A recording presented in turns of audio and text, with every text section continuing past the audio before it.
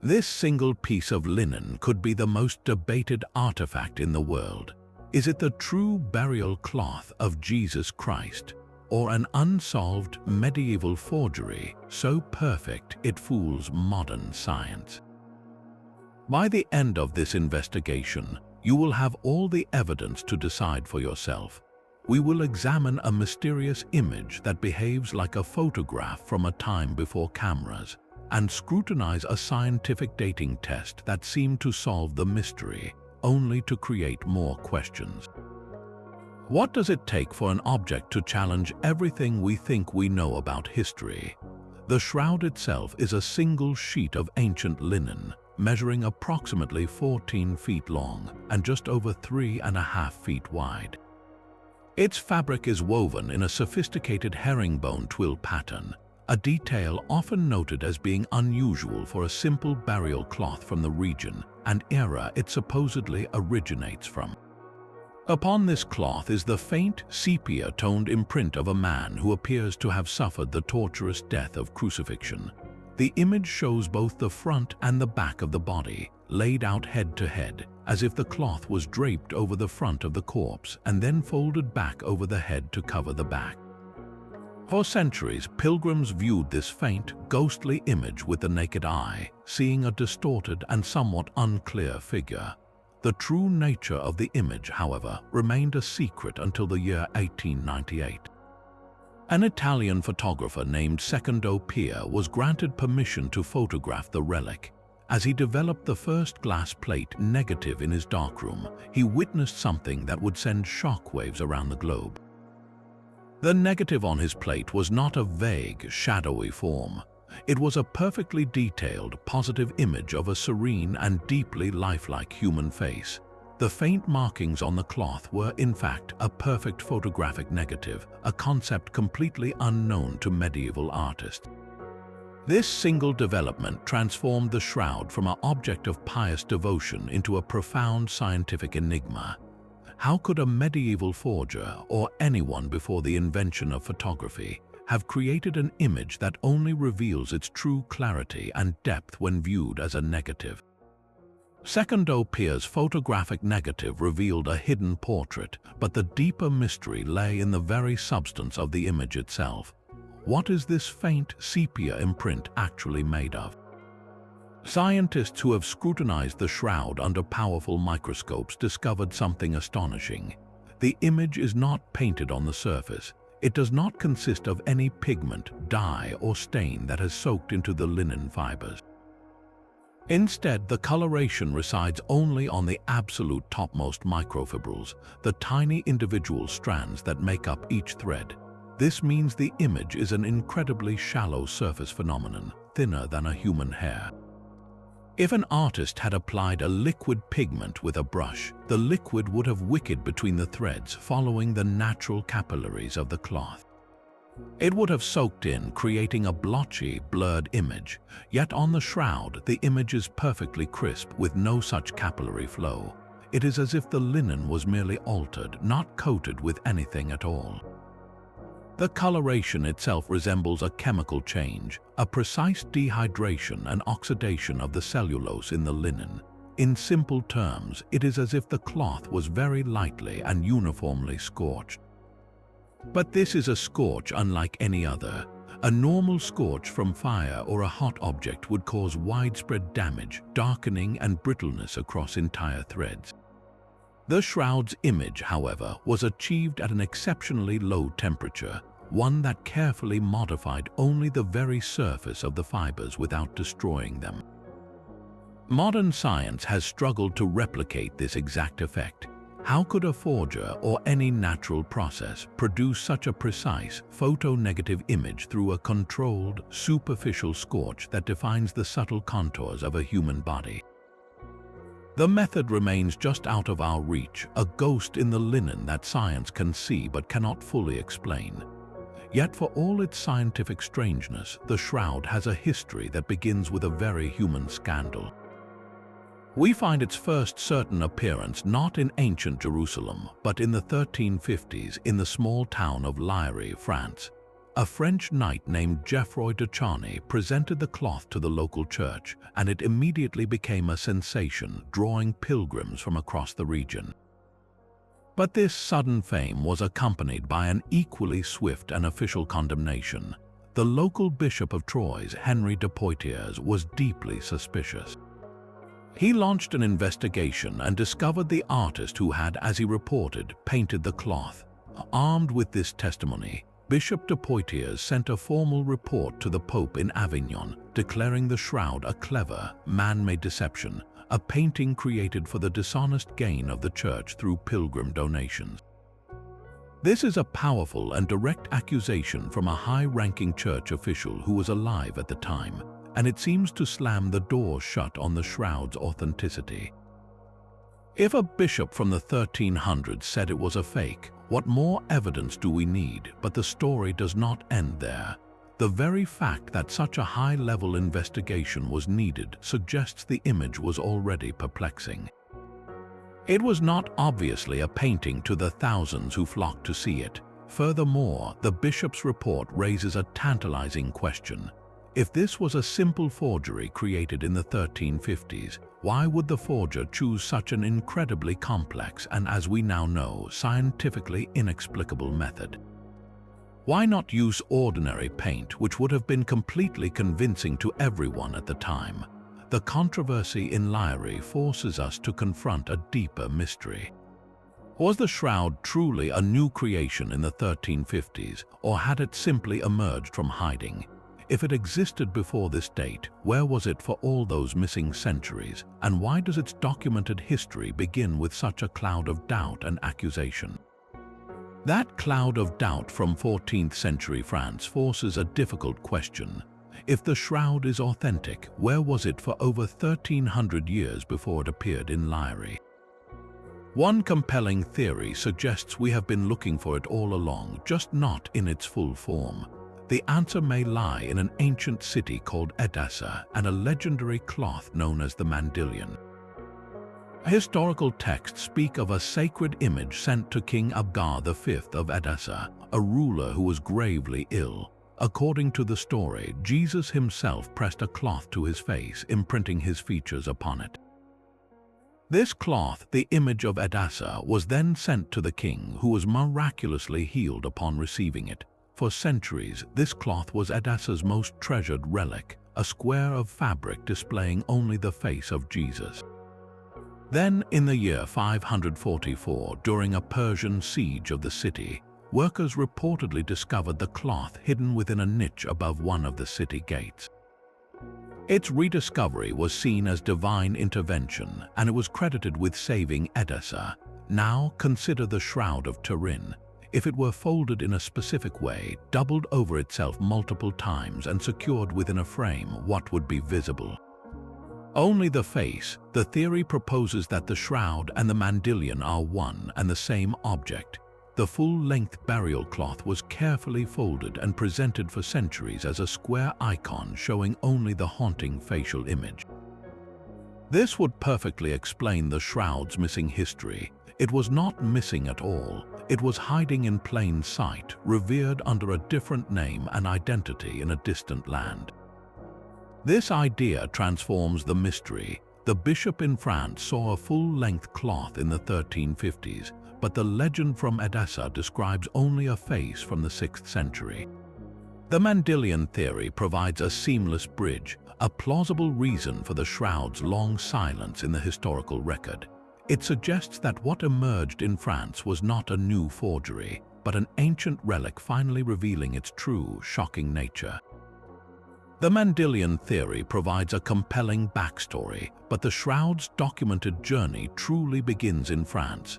Following the controversy in Liary, the cloth remained with the descendants of Geoffroy de Charny until the year 1453. In that pivotal year, the cloth was acquired by the powerful and ambitious House of Savoy.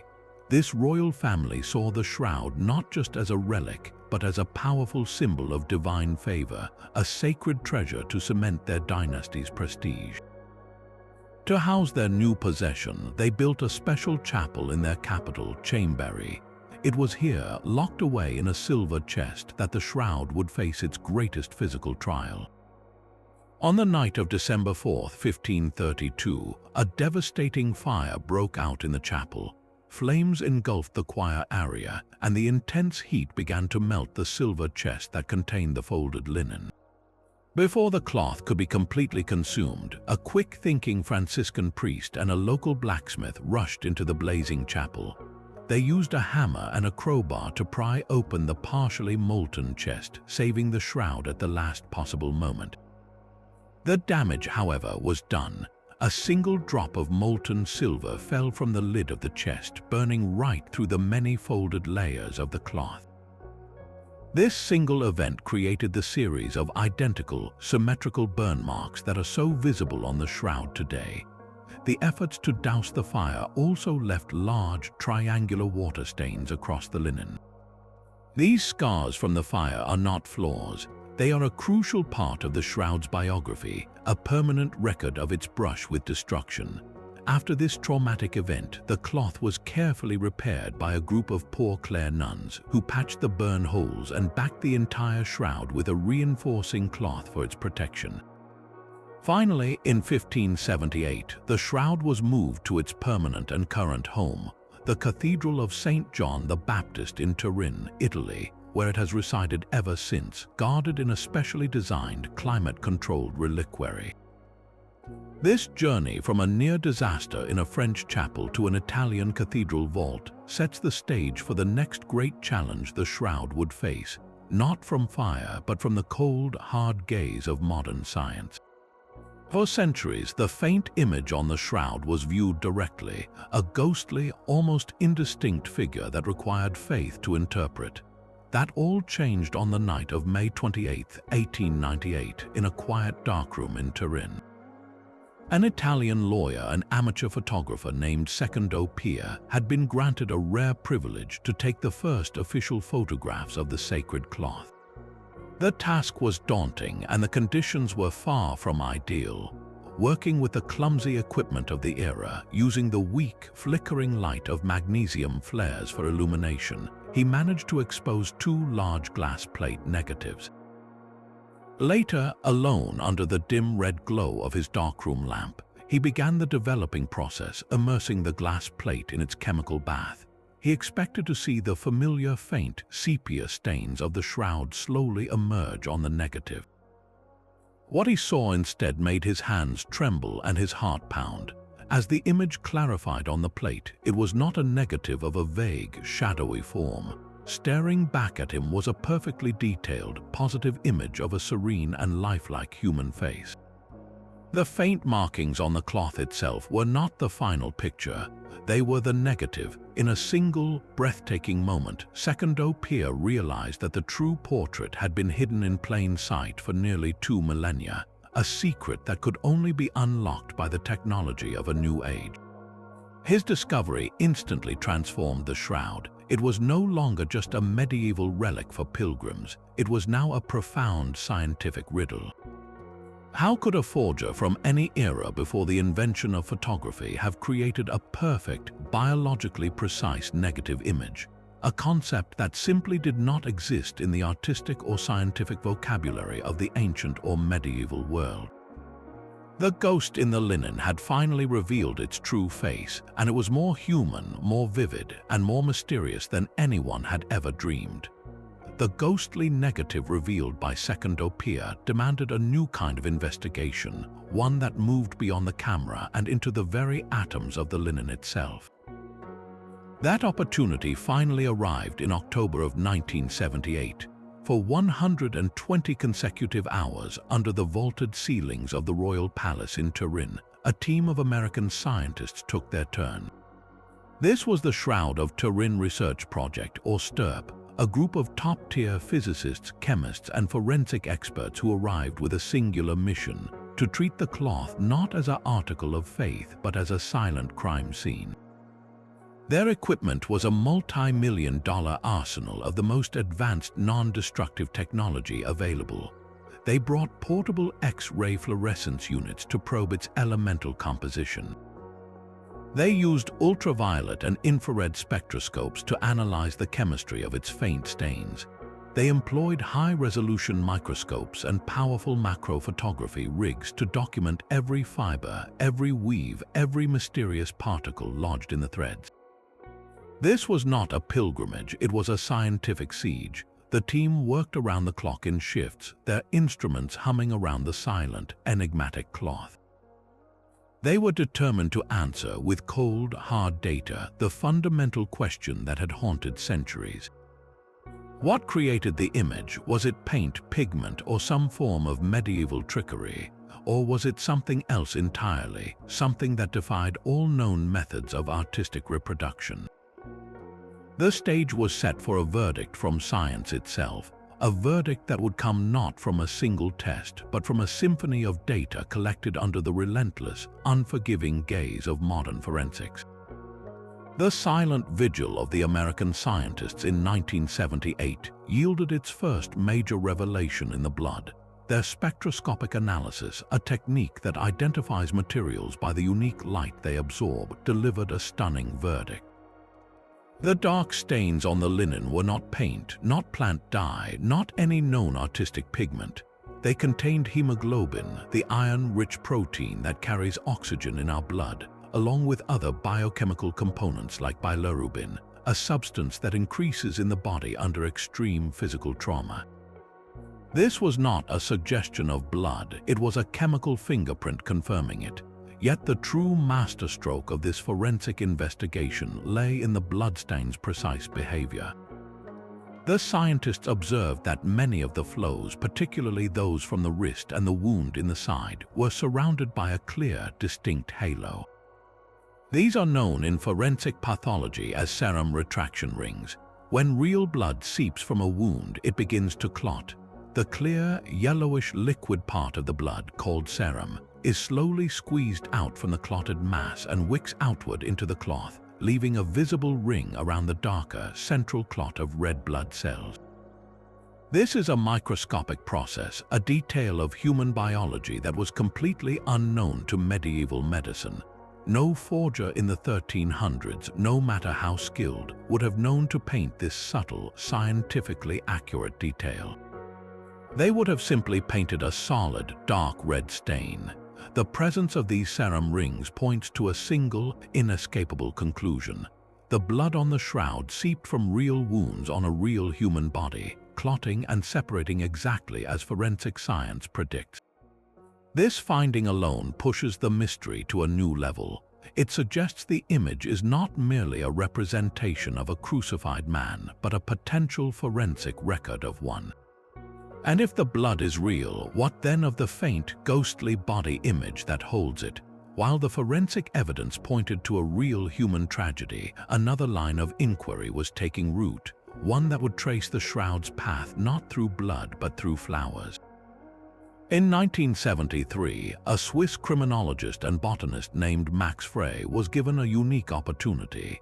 He pressed strips of sticky tape against the surface of the linen, lifting away not just dust but microscopic time capsules. Embedded in the fibers were countless pollen grains, the tiny, durable shells that plants release into the air. To a botanist, pollen is a fingerprint. Each plant species produces pollen with a unique shape, a distinct architecture visible only under a microscope. Frey spent years meticulously cataloging these grains, and his conclusions were startling. He claimed to have identified pollen from several plant species that are native to, and in some cases exclusive to, the region around Jerusalem. One of the most significant was a thorny plant called Gundelia tournefortii. This particular plant is found in the deserts of the Middle East, and intriguingly, some researchers have suggested that its thorns match the peculiar, stick-like shapes visible on the image's head, potentially representing the crown of thorns. But the botanical trail did not end in Judea. Frey also reported finding pollen from plants that thrive in the arid steppes of Anatolia in modern-day Turkey. This is the very region where the ancient city of Edessa, the legendary home of the Mandylion, was located. The pollen seemed to map a journey, placing the cloth first in Jerusalem, then in Turkey, before its eventual appearance in Europe. This was a tangible, physical clue that appeared to corroborate the historical theory of the Shroud's travels. However, this botanical evidence is not without its own thorny controversies. Some scientists have questioned Frey's methods and the validity of his identifications, noting that pollen can be contaminating, arriving on the cloth centuries after its creation. The debate over these tiny grains continues, a quiet but persistent echo of the larger mystery, suggesting that even the most scientific paths in this investigation eventually lead us back to a choice between faith in the evidence and skepticism of its origins. The botanical evidence presented a trail of ancient pollen, but science was about to deliver a verdict from a far more precise clock. For decades, researchers had dreamed of applying the ultimate test of age, radiocarbon dating. This method measures the steady decay of a radioactive isotope, carbon-14, found in all living things. When a plant like flax is harvested to make linen, its carbon-14 clock starts ticking. By measuring how much of this isotope remains, scientists can calculate the time that has passed with a remarkable degree of accuracy. The opportunity finally came in 1988 in an unprecedented act of cooperation. The Vatican granted permission for a small sample to be cut from a discrete corner of the shroud. To ensure absolute impartiality, this sample was divided and sent under strict protocols to 3 of the world's most prestigious and independent laboratories at the University of Oxford in England, the University of Zurich in Switzerland, and the University of Arizona in Tucson. The scientific world held its breath. This was the moment of truth, the test that would finally cut through centuries of debate and deliver a cold, hard number. After months of meticulous work, the labs compared their results. The announcement was made in a stark, straightforward press release. The radiocarbon tests dated the linen of the Shroud of Turin to a period between 1260 and 1390 AD. The news exploded across the globe. Headlines in every major newspaper declared the mystery solved. The shroud was a medieval forgery, created precisely during the time it first appeared in historical records in France. For many, the case was closed. The most advanced scientific technique available had spoken, and its judgment seemed final. The ghost in the linen was not a 2,000-year-old relic. It was a brilliant, baffling fake from the Middle Ages, and its greatest secret was that it had no ancient secrets left to tell. But the story of the shroud, as we have seen, is never that simple. But the carbon-14 verdict did not end the debate. It simply ignited a new and more complex scientific firestorm.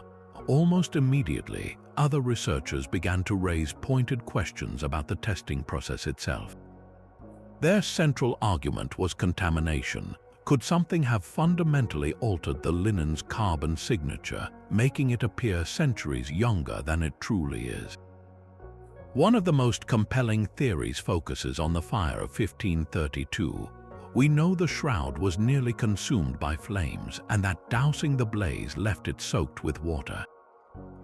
This combination of intense heat and moisture, critics argue, created a perfect environment for a chemical phenomenon. The scorching could have broken the long cellulose chains in the linen, while the water encouraged the growth of bacteria and fungi on the fibers. Over time, these microorganisms could have deposited a thin, nearly invisible layer of biological material, a kind of bioplastic coating across the cloth.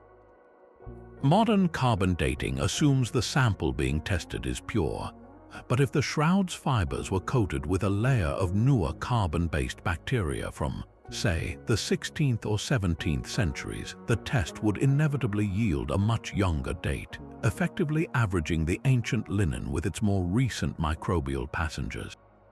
This is not a far-fetched idea. Similar microbial contamination has been documented on other ancient textiles, silently skewing scientific results. The sample taken in 1988 was tiny, and even a microscopic layer of foreign carbon could have dramatically shifted the timeline. Another startling hypothesis involves not just chemistry but craftsmanship. When the Poor Clare nuns repaired the shroud after the fire, they were not just patching the obvious burn holes. Textile experts examining high-resolution photographs have noted an unusual, almost imperceptible pattern of weaving in the exact corner from which the carbon dating sample was cut. This area, they suggest, might have been expertly rewoven. Using a technique called invisible mending, skilled hands could have interwoven new threads with the old, seamlessly reinforcing the fire-damaged fabric.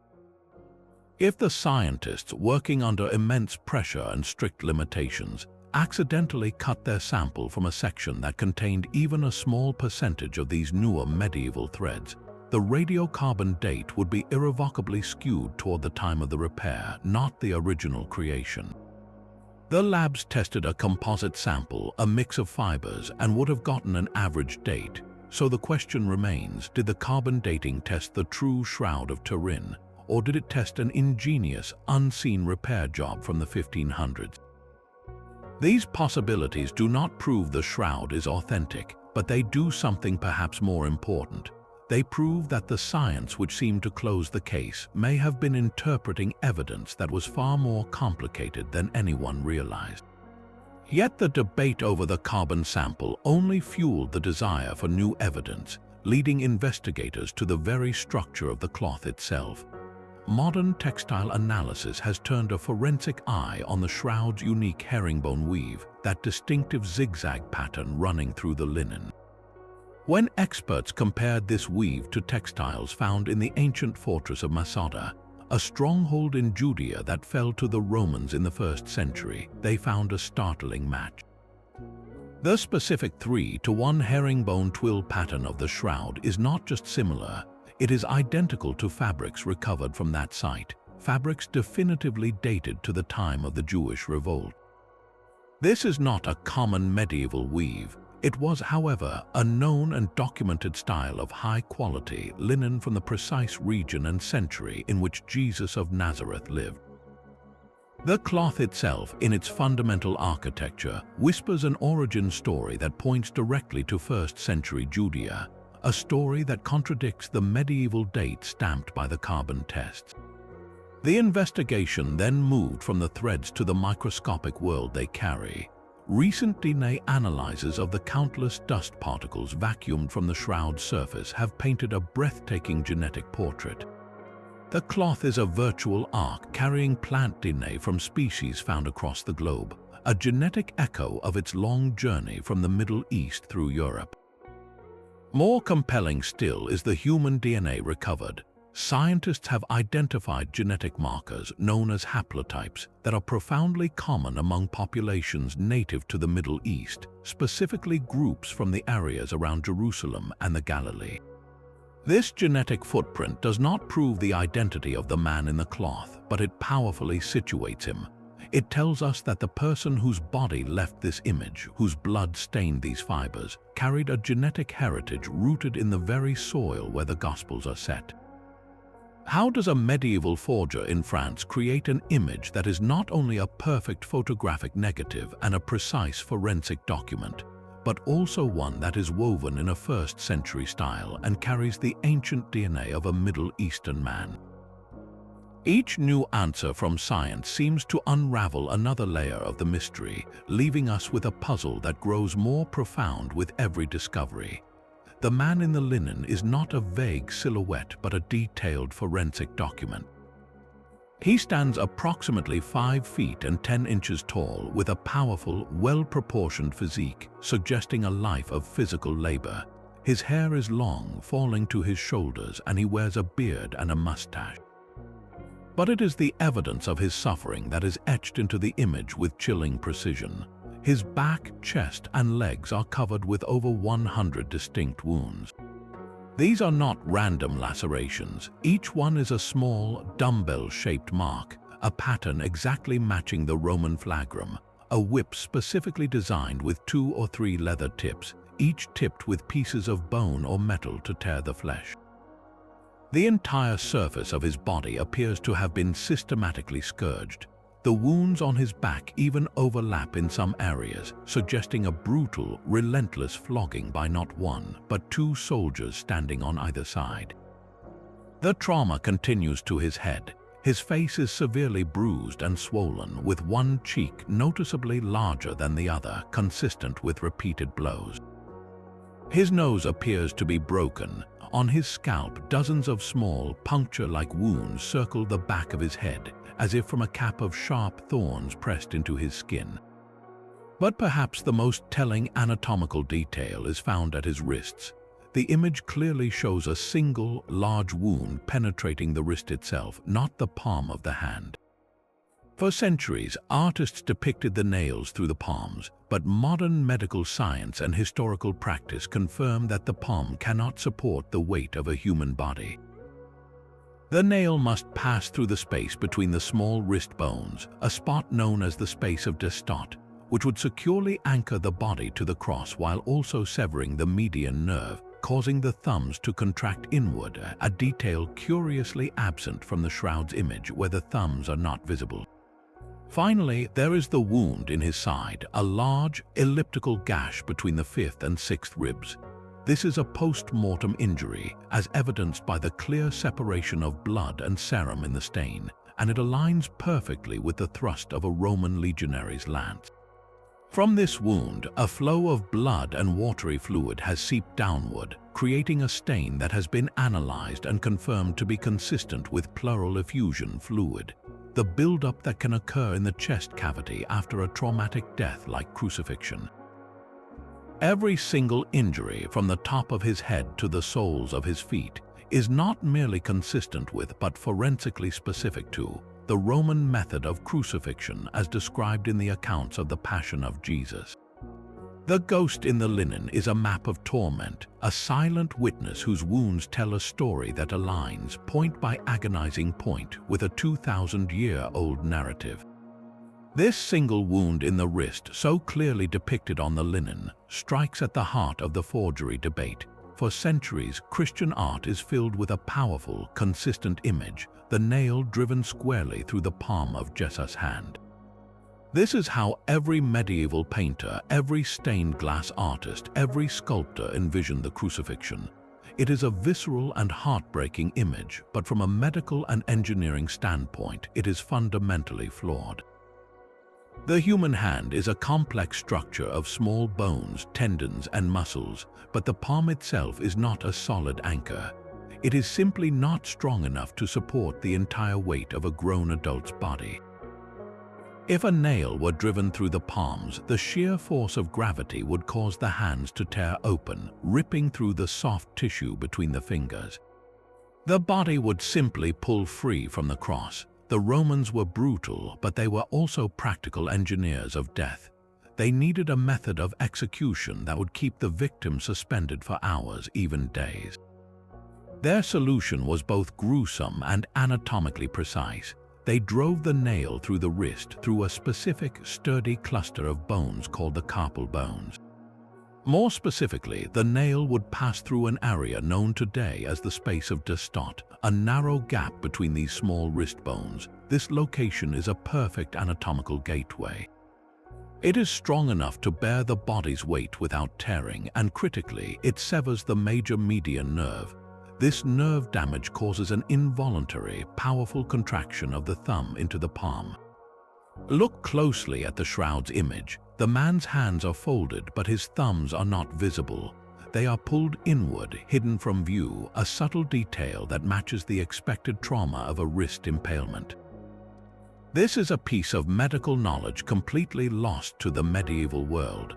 No artist in the 1300s would have known to depict this. They painted what seemed logical, the palms. So how could a medieval forger, working without any understanding of human anatomy or Roman crucifixion techniques, have gotten this one devastatingly accurate detail correct, while getting almost everything else about the image so inexplicably strange? This wrist wound is more than a mark on cloth. It is a silent argument, a piece of forensic evidence that seems to speak from a time when such brutal practices were a terrible reality. So we are left with the man himself, a perfect anatomical record of a crucifixion. But this leads us to the ultimate, inescapable question: how was this image created? If it is a forgery from the 1300s, what was the method? Let us walk through every proposed technique and see if it holds up under the microscope. The first and most obvious idea is that it was painted. An artist, using a brush and some form of pigment, simply painted the figure onto the linen. This theory collapses immediately under scientific scrutiny. As we know, the image has no pigment. It is not a layer of paint on the surface. It is a chemical change to the very top fibers of the cloth. If an artist had applied a liquid paint, it would have wicked along the threads, following the natural capillaries of the linen. The result would be blurry edges and a soaked-in appearance, yet the shroud's image has razor-sharp boundaries. There is no capillary flow, no blurring. Furthermore, the image is a perfect negative. No medieval artist would have conceived of creating a negative image, a concept that did not exist for another 500 years. And even if they had, why would they go to such impossible lengths to create something whose true clarity would remain a secret until the invention of photography? Another theory suggests a simple rubbing. Perhaps a bas-relief statue of a body was created, and then the cloth was pressed against it and rubbed with a substance that would transfer the image. This, too, fails completely. A rubbing would only capture the uppermost protruding points of the statue.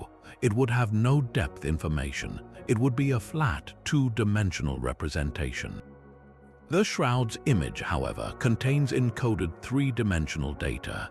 Scientists discovered that the darkness of any given point on the image directly corresponds to the distance that point would have been from the cloth if it were draped over a real, three-dimensional body.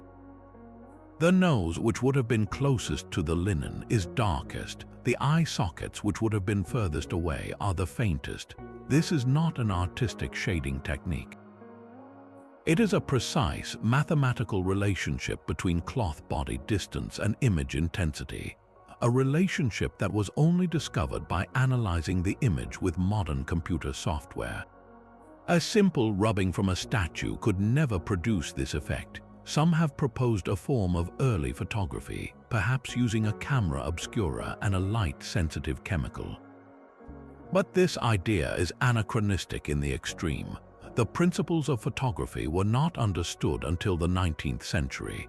Creating a light-sensitive emulsion that could produce an image of such scale and stability on linen is a monumental challenge even with modern chemistry. There is no evidence, no recipe, no hint of such a technology existing in the medieval world. And finally, what about a scorch? Could someone have used a heated statue to burn the image onto the cloth? The problem here is control. To create the shroud's image, you need a scorching process that operates at an incredibly low temperature, one that only affects the very topmost fibers without burning through the thread. It must also be perfectly uniform, able to translate the subtle millimeter-scale contours of a human body into a corresponding variation in color. No one has ever been able to replicate this exact effect. The image remains stubbornly unique. After centuries of debate and decades of advanced scientific analysis, no one has been able to provide a definitive, reproducible method for creating the Shroud of Turin using the materials and knowledge available in the 1300s. The how remains a ghost, a technical impossibility that stares back at us from the linen. If no human hand could have painted this image, then what force in the known universe could have done it? One radical hypothesis pushes past the limits of chemistry and into the realm of physics. It suggests the image was not created by contact or by heat, but by light, a brief, directional burst of energy that emanated from the body itself. This is the radiation theory, a concept that dares to propose the shroud's most inexplicable feature. Its three-dimensional information was encoded in a single blinding flash. Think of it like a primitive, full-body photograph where the linen acted as the photographic plate and the body itself was the source of the light. the energy required would have to be immense, yet incredibly precise, scorching only the very tops of the fibers in perfect proportion to their distance from the body. It is a mechanism that sounds less like a natural phenomenon and more like a divine signature. Intriguingly, modern science has found a way to partially replicate this effect. In recent experiments, scientists have used excimer lasers, devices that produce powerful pulses of ultraviolet light. When they directed these controlled bursts of energy at linen, they achieved a remarkable result. The radiation caused a very superficial discoloration of the cloth's topmost fibers, a change that did not penetrate deeply, and that could be controlled to create a faint, shroud-like image. This laboratory creation shares key characteristics with the shroud itself, a fact that lends a sliver of scientific credibility to an otherwise extraordinary idea. Of course, no laser existed 2,000 years ago, so what could have been the source of such a focused energy release? For those who believe, the answer points to a single, transformative moment described in ancient texts, the instant of resurrection. This theory frames the shroud not as a static burial cloth, but as a moment frozen in time, a permanent record of a physical event that transcends our current understanding of science. It is the ultimate intersection of faith and forensics, a hypothesis that asks us to consider whether the ghost in the linen was created by a light that science can measure, but whose source it may never fully explain. This small cloth in a Spanish cathedral holds a secret that directly challenges the carbon dating of the shroud. Known as the Sudarium of Oviedo, it is a simple piece of linen, much smaller than the shroud, measuring only about 34 by 21 inches. According to ancient tradition, this was the face cloth mentioned in the Gospel of John, the cloth that was found folded separately in the empty tomb after the crucifixion. Its history is arguably even more documented than the shrouds, with a clear trail tracing its journey from Jerusalem to North Africa, and finally to a secure chapel in Oviedo, Spain, where it has been revered since the 7th century. The Sudarium does not bear a mysterious body image. It is covered only in stark, dark bloodstains and traces of pulmonary fluid, the result of a death by suffocation. And it is these very stains that form an undeniable forensic bridge to the man in the Shroud of Turin. Researchers have performed a meticulous point-by-point comparison of the bloodstain patterns on both cloths. The Sudarium, tradition holds, was used to cover the face of the deceased immediately after his body was removed from the cross. The shroud was the full-length burial cloth that would have been applied later. If these two cloths covered the same individual, their blood evidence should tell a continuous story. The analysis is startlingly precise. The pattern of stains on the sudarius corresponds exactly with the blood flows visible around the head and hair of the man on the shroud.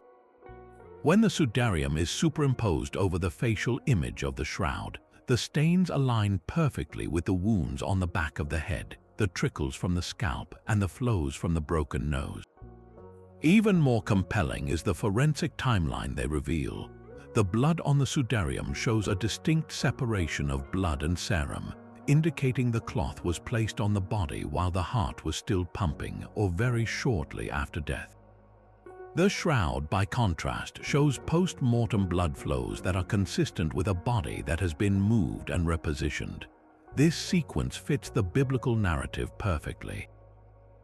The face cloth was used first at the site of the crucifixion to staunch the bleeding and cover the face for transport. The full shroud was then used when the body was prepared for burial in the tomb. The chances of a medieval forger in France creating the shroud and then somehow coordinating its bloodstains with a separate, ancient cloth that had been in Spain for over 600 years are astronomically small. This is not a matter of artistic style or religious belief. It is a matter of forensic pathology. The blood does not lie. These two ancient linens, separated by geography and tradition, appear to be telling different parts of the very same story, written in the undeniable language of human trauma. Bloodstains and radiation theories point to a profound physical event, But perhaps the most chilling evidence of all was hiding in plain sight, locked within the image's strange tonal values. In 1976, two physicists, John Jackson and Eric Jumper, were studying photographs of the shroud, frustrated by its perplexing properties. They had access to a remarkable piece of technology, a VP8 image analyzer. This device had been developed for NASA to interpret topographical data from planetary probes, turning variations in light and shadow into accurate maps of surface elevation. On a whim, they fed a high-contrast photograph of the shroud into the machine. They expected a distorted, chaotic mess, the kind of result you get when you process a normal painting or photograph. A standard portrait, for instance, has shadows and highlights created by an artist to suggest depth. An artist's shading on a nose is an interpretation, not a precise measurement. When you run such an image through a VP8 analyzer, the result is a grotesque, unrecognizable shape because the device interprets dark areas as low points and light areas as high points, turning artistic shading into a nonsensical terrain. What appeared on the screen for Jackson and Jumper was not a mess. It was a perfectly formed, three-dimensional human body. The machine had smoothly and accurately sculpted the man from the linen, rendering his nose, his brow, his cheekbones, and the recesses of his eyes with perfect anatomical coherence. The revelation was staggering. The intensity of the image on the shroud, its varying shades of light and dark, were not random. They were a precise code. The darkness of any given point on the cloth corresponded directly to the distance that point would have been from a real, three-dimensional body. The parts of the body that would have been closest to the linen, like the nose and the knees, were the darkest. The parts that would have been furthest away, like the eye sockets and the hollow of the stomach, were the lightest. This is a property that no painting, drawing, or ordinary photograph in the world possesses. An artist cannot instinctively paint a perfect distance map. A camera lens distorts perspective. The shroud's image behaves less like a picture and more like a topographical scan, a data file written in light and shadow. This discovery fundamentally changed the mystery. It was no longer just a question of how a forger created a negative image. It was now a question of how anyone could have encoded precise, three-dimensional spatial information onto a flat piece of cloth, using a technology that would not be invented for another 600 years. The ghost in the linen was not just an image, it was a perfect three-dimensional record. The discovery of the shroud's three-dimensional code pushed the mystery into a new realm, but a quiet event in the year 2002 would ignite a firestorm of a different kind. With the best of intentions, a team of experts was authorized to perform a major restoration on the ancient linen. For the first time since the 1500s, the shroud was carefully separated from the cloth backing that the Poor Clare nuns had so painstakingly sewn on after the fire of 1532. The centuries-old patches covering the burn holes were meticulously removed. The cloth was then gently vacuumed to remove surface dust and debris. To the team overseeing the project, this was a vital conservation effort, protecting the relic from potential future decay and finally reversing the medieval repairs. They saw themselves as preservers of history, removing the additions of a later age to reveal the original artifact in its purest state. But when news of this intervention reached the wider scientific community, the reaction was immediate and fierce. Critics argued that this was not a restoration but an irreversible contamination. The very act of unstitching the cloth and handling it so extensively risked dislodging or destroying fragile evidence that future, more advanced technologies might have been able to analyze. That dust they vacuumed away was not just dirt. It was a unique time capsule, potentially containing pollen, textile fibers, and other microscopic environmental clues that could have been mapped and studied to trace the shroud's journey with even greater precision. The patches and threads they removed were historical artifacts in their own right, carrying information about the cloth's condition and the repair techniques of the 16th century. The Vatican's position was one of custodial duty. asserting that the primary goal was to ensure the relic's physical survival for future generations of the faithful. Scientists, however, felt that a priceless opportunity had been permanently lost. They contended that every thread, every speck of dust was a piece of the puzzle, and that by cleaning the shroud, the custodians had effectively erased pages from its untold story. This clash between conservation and investigation left a lingering question. In our desire to protect a mystery, did we inadvertently destroy the very evidence that might have one day solved it? Yet for all the scientific debate, the shroud's power extends far beyond laboratories and academic papers. In the hushed silence of the Cathedral of St. John the Baptist in Turin, it exists as something profoundly different, a living icon for millions of the faithful. Its public exhibitions are not scientific symposia, they are moments of global pilgrimage. During these rare ostensions, the city of Turin braces for an influx that can number in the millions. Pilgrims from every corner of the world wait in lines that stretch for hours, a river of humanity flowing through the city's ancient streets, all for a fleeting moment, often just a few seconds, to stand before the glass case that holds the ancient linen. They do not come with microscopes or image analyzers. They come with rosaries, with prayers, with a longing in their hearts. For these believers, the faint, ghostly image is not a puzzle to be solved, but a person to be contemplated. It is a tangible, physical connection to the suffering and triumph of Jesus Christ. The scientific arguments over carbon dating or pollen analysis fade into background noise, overshadowed by the cloth's silent testimony. From a theological perspective, the shroud is viewed as a witness, a silent partner to the gospel accounts.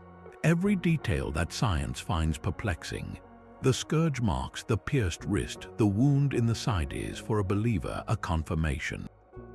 It is seen as the actual burial cloth that wrapped the crucified Christ, and in a mystery that transcends physics, the image itself is often interpreted as a divine photograph, a permanent record of the moment of resurrection.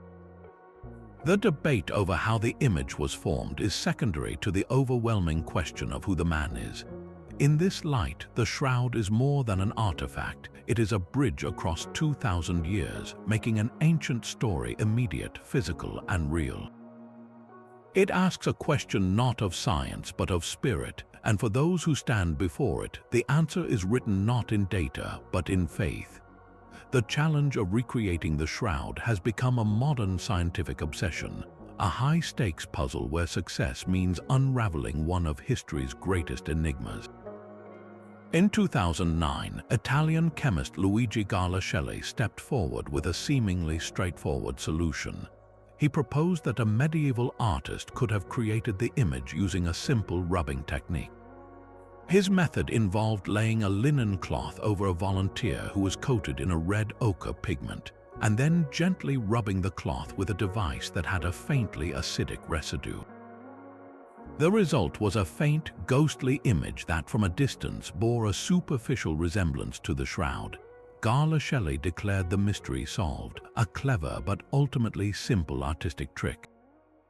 Yet when his creation was subjected to the same microscopic and spectroscopic scrutiny as the real shroud, the similarities vanished. His image was a surface coating. The pigment sat on top of the linen fibers and wickered between the threads, creating the very capillary flow that is completely absent from the actual shroud.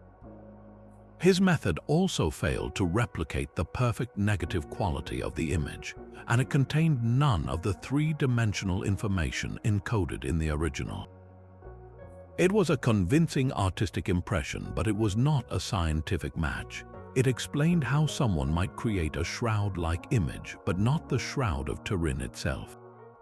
Another persistent theory pushes the invention of photography back by several centuries. Proponents suggest a medieval genius could have used a camera obscura, a dark room with a pinhole lens, to project an image of a model or a corpse onto linen treated with a light-sensitive chemical like silver nitrate. This theory attempts to account for the shroud's negative and photographic qualities, but the obstacles are immense. Creating a light-sensitive emulsion that could coat a 14-foot length of linen evenly is a formidable challenge even with modern chemistry. There is no historical record, no recipe, and no evidence of any such experimentation in the medieval period. Furthermore, a camera obscura image would be distorted by the lens, with some parts of the body in focus and others blurry. The shroud's image, however, is uniformly sharp across its entire length and width, with no such lens-based distortion. Most damningly, a photograph is a two-dimensional representation. It captures light and shadow as an artist would interpret them, not as a direct function of distance. When a photograph of a face is run through a VP8 image analyzer, it produces a distorted, monstrous shape because the device misinterprets artistic shading as actual topography. The shroud alone passes this three-dimensional test. These modern hoax theories are valiant efforts, but they each solve one piece of the puzzle while ignoring all the others. They might create a negative or they might create a faint stain, but they cannot create a superficial, chemically changed, perfect negative that also functions as a precise distance map. The ghost in the linen refuses to be so easily captured. The shroud's enigma has long escaped the confines of science and faith, spilling over into the canvas of global culture. For centuries, its haunting visage has silently shaped our very image of Jesus Christ. Before the shroud gained widespread fame in the late Middle Ages, depictions of Jesus varied greatly across different cultures and eras. But after its appearance in Europe, the archetype of a tall, long-haired man with a beard, a noble nose, and a serene, almost peaceful expression in death began to dominate Western art. This was not a coincidence. The face revealed by Secondo Pia's negative became the template, the face millions instinctively recognize today. It directly influenced the work of Renaissance masters who sought to capture that same blend of humanity and divinity. This influence even sparked a modern conspiracy theory, one that dares to ask a provocative question. Could Leonardo da Vinci, the ultimate Renaissance genius and master of anatomical secrets, have used a primitive form of photography to forge the shroud himself? Proponents point to his unparalleled knowledge of optics and chemistry, suggesting he could have projected an image onto the linen. While mainstream science thoroughly debunks this idea, the very fact it exists demonstrates the shroud's powerful grip on our imagination, forever linking it to the ultimate icon of human creativity. The mystery has only deepened in our modern era, becoming a staple of popular fascination.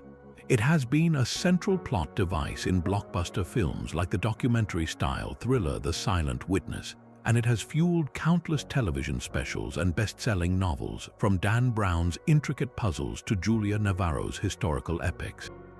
In these stories, the shroud is often the ultimate MacGuffin, a relic that holds the power to prove or destroy faith, to rewrite history, or to unleash an ancient secret.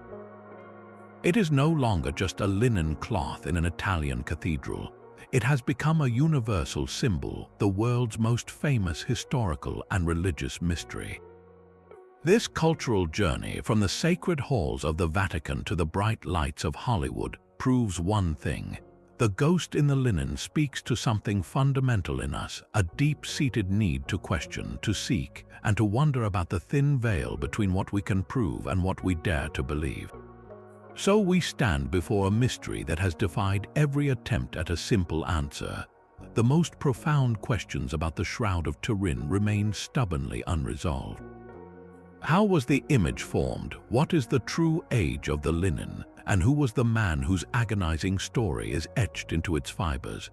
These are not small puzzles. They are fundamental challenges to our understanding of history, science, and art. The controversial carbon dating test from 1988 looms large over all future research.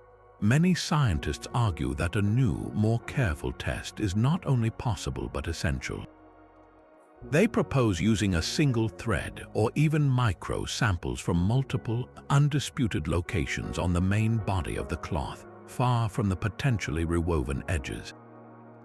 Modern techniques require vastly smaller samples, perhaps just a few milligrams, minimizing any impact on the relic. This new analysis could target the very core of individual flax fibers, carefully cleaned of the microbial contamination that may have skewed the previous results. The goal would be to isolate the pure, original cellulose, the true heartbeat of the linen's age. Beyond dating, the future holds even more tantalizing possibilities. Advanced spectroscopic analysis could probe the molecular structure of the image with a precision we have never before achieved. It could definitively identify the exact chemical bonds that were broken and reformed to create the faint sepia stain, potentially revealing the energy source required for such a transformation. Particle analysis, searching for the faintest traces of exotic elements or radiation signatures embedded in the fibers, could test the radical hypothesis of a brief, intense energy flash. Each of these techniques offers a new lens, a new way to interrogate the silent witness. Yet this scientific hunger for answers exists in a constant, delicate tension with the Vatican's sacred duty. The Church is the guardian of an object of profound veneration for millions of the faithful. Every handling, every sampling, no matter how small, is seen as an intrusion, a risk of damage to a priceless spiritual treasure. For the Church, the Shroud's primary value is not as a puzzle to be solved, but as an icon to inspire contemplation and prayer. Granting unlimited access for scientific testing could be viewed as reducing a sacred mystery to a mere laboratory specimen. This creates a profound ethical dilemma. Is the pursuit of a definitive historical and scientific answer worth the potential desecration of an object that has inspired devotion for centuries? Or does the very mystery of the Shroud, its resistance to easy categorization, constitute its true and enduring power? The path forward requires a fragile balance, a collaboration between faith and science where reverence for the object does not extinguish the human need to question, and where the quest for knowledge does not destroy the very mystery we seek to understand. We are left with a mystery balanced on a razor's edge. On one side rests the seemingly definitive verdict of science, the carbon dating that places the Shroud squarely in the Middle Ages. This is a powerful, straightforward fact, a number that declares the cloth a medieval creation. On the other side, we have everything else. We have an image that is a perfect photographic negative from an era that knew nothing of negatives. We have a forensic record of a crucifixion so precise it includes medical details like serum rings and a wrist wound, knowledge lost for over 1,000 years. We have three-dimensional information encoded into the linen, a property no artist can replicate and no camera can produce. And we have the haunting correlation of its bloodstains with another ancient cloth, the Sudarium of Oviedo, suggesting a story that spans continents and centuries. The carbon date tells us when the flax was harvested, but it cannot tell us how the ghost was imprinted upon it. The Shroud of Turin, whether a divine miracle or a human masterpiece of unknown genius, continues to challenge our understanding of history, science, and faith. What do you believe? The evidence is now yours to weigh. We want to hear your verdict. Share your own theories in the comments below and subscribe for more deep dives into history's greatest unsolved mysteries.